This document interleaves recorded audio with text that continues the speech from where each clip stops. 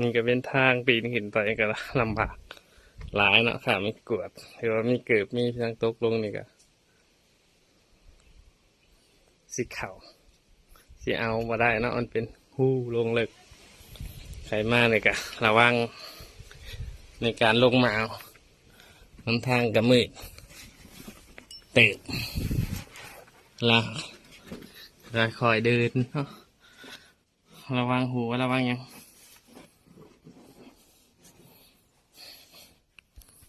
ในการย่างในการเดินการระมัดระวัง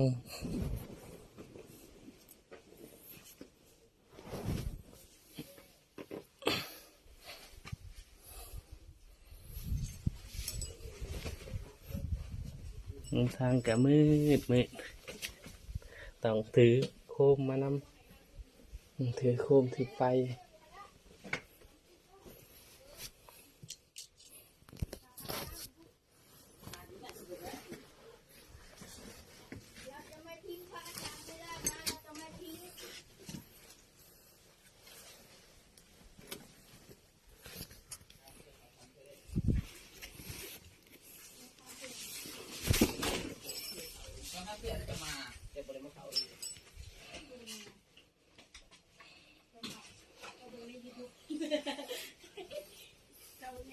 ไม่แหละเขาเคยเขา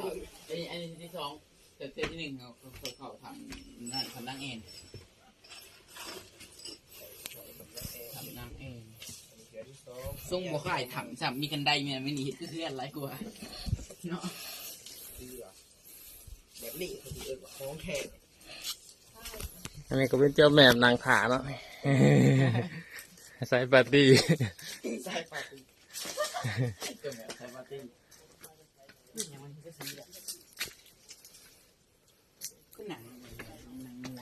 เป็นกระทางขึ้นนะครับที่ทอดถึงสุดแล้วเราก็ได้ย่างลงเอาอยู่เฮลกันเนาะในการลงเอาน้ำสั่งแก้ว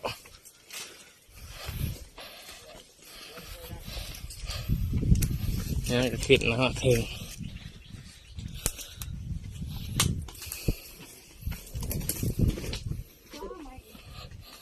น้ำสั่งแก้วก็เป็นน้ำบริสุทธิ์เอาไปไว้ไม่กวด3 ปีก็ยังบ่ออกเท่าเลยน้ำสั่งแก้วนี่ถ้าอยากมาเอาไปกิน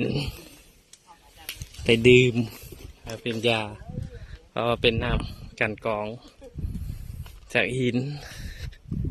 จากแห่ธาตุ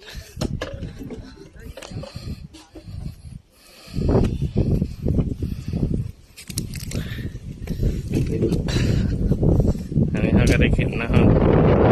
ด่านสุดผ่านสุดแล้วเขาก็ลงแก้วนั้นสั่งแก้วอยู่ลุมสูงธรรมศาสตร์ก็งามวิสัชก็งามอะไรอย่างว่าท่องเที่ยวเดินทางมาพักผ่อนหย่อนจิตหย่อนใจก็ร่วมเดินทางมานำ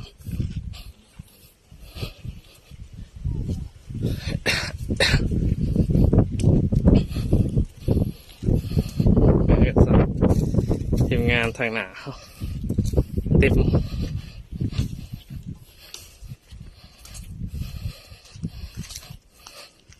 อันนี้ซักไม่กันเท่าทางหน้าก็ยับปูแมบยับปูแมบ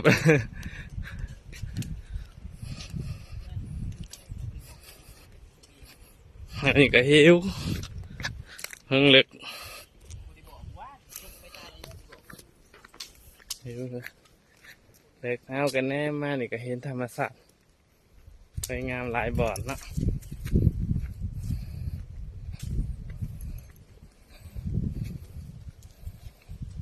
ธรรมศาสตร์สวยงามหลายบ่อนธรรมศาสตร์ดีตกยามแรงก็มาถ่ายรูปก็งามวิวงาม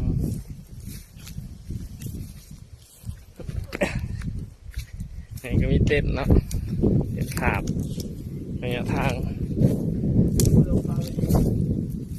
อันนี้ก็เป็นพานก๊อตเนาะกำลังหาแว่นตาอยู่เป็นตากำลังหา เอาในลงเอาน้ำทางแก้วยูรูมกันเลย